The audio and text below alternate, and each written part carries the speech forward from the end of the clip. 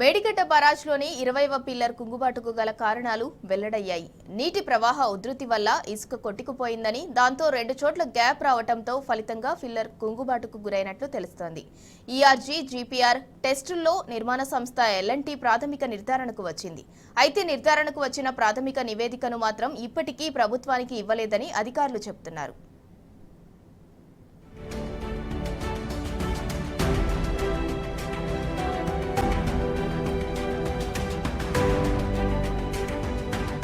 కాళేశ్వరం ప్రాజెక్టులో భాగమైన మేడిగడ్డ బరాజ్ 7వ బ్లాక్లోని 20వ పిల్లర్ కుంగుబాటునకు ప్రధానంగా అంతర్గత నీటి ప్రవాహమే కారణమని తెలిసింది.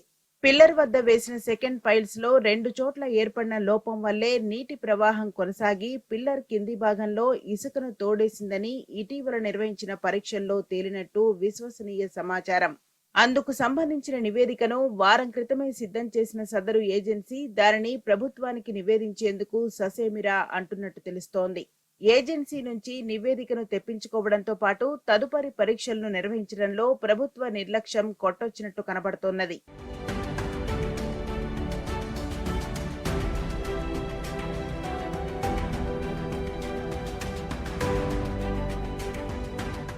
ఇరవయో పిల్లర్ కుంగుబాటుకు కారణాలపై ఇన్వెస్టిగేషన్ ప్రక్రియను నిర్మాణ ఏజెన్సీ ఎల్ఎన్టీనే చేపట్టింది. ఇందులో భాగంగా తొలుత విద్యుత్ నిరోధకత ఆధారంగా భూగర్భ పరీక్షలను నిర్వహించే ఈఆర్టీను చేపట్టింది. విద్యుత్ ప్రవాహం అన్ని పదార్థాల్లో ఒకే విధంగా ఉండదు. ఇసుకలో, నీళ్లల్లో ఒక్కో తీరుగా ఒక్కో వేగంతో ప్రవహిస్తుంది. కొన్ని మూలకాల గుండా విద్యుత్ అసలే ప్రవహించదు. కొన్నిటి ద్వారా వేగంగా, కొన్నిటి ద్వారా నిదానంగా ప్రవహిస్తుంది. ఇలా విద్యుత్ ప్రవాహాన్ని బట్టి భూగర్భంలో ఎలాంటి పదార్థమున్నది తెలుసుకోవచ్చు. అదే పద్ధతిని అనుసరించి బరాజ్ ఫౌండేషన్ ను అధికారులు పరీక్షించారు. అదేవిధంగా భూగర్భ భౌతిక స్థితిని తెలుసుకునేందుకు గ్రౌండ్ పెంట్రేటింగ్ రాడార్ టెస్ట్ ను నిర్వహించారు. భూగర్భంలో ఉన్న వివిధ మట్టి పొరలు, పదార్థాల లక్షణాలు, సంభవించిన మార్పులు, పగుళ్లు, శూన్యాలను తెలుసుకునేందుకు దీనిని నిర్వహిస్తారు. ప్రస్తుతం 7వ బ్లాక్ లో ఈ 2 టెస్టులను పూర్తి చేశారు. 6వ బ్లాక్ లోనూ చేపట్టేందుకు నిర్మాణ ఏజెన్సీ సిద్ధమైంది.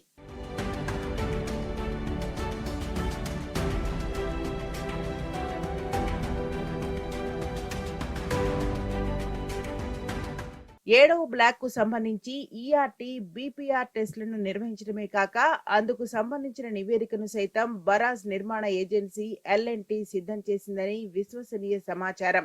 బరాజ్ లోని పిల్లర్ కుంగుబాటునకు ప్రధానంగా పిల్లర్ దిగువన ఇసుక పూర్తిగా కదిలిపోవడమే కారణమని నిర్ధారించినట్టు తెలిసింది. సాధారణంగా అంతర్గత జల ప్రవాహం వల్ల బరాజ్ ఫౌండేషన్ కింద ఉన్న మట్టి కొట్టుకుపోకుండా ఉండేందుకు సెకండ్ పైల్స్ ను రక్షణగా ఏర్పాటు చేస్తారు. అంతర్గత జల ప్రవాహాన్ని దారి మళ్లిస్తారు. సెకండ్ పైల్స్ ను నిట్ట నిలువుగా అమర్చాల్సి ఉంటుంది. అయితే 7వ బ్లాక్ 20వ పిల్లర్ వద్ద ఏర్పాటు చేసిన పలు సెకండ్ పైల్స్ లో వాటిల్లిన లోపం వల్లే నీటి ప్రవాహం ఫౌండేషన్ కిందుగా కొనసాగి ఇసుకను, మట్టిని తోడేసిందని, తద్వారా ఖాళీ ఏర్పడి పిల్లర్ కుంగుబాటునకు గురైందని సమాచారం. ఈఆర్టీ, జీపీఆర్ టెస్ట్ లో అదే నిర్ధారణకు వచ్చిందని తెలుస్తున్నది.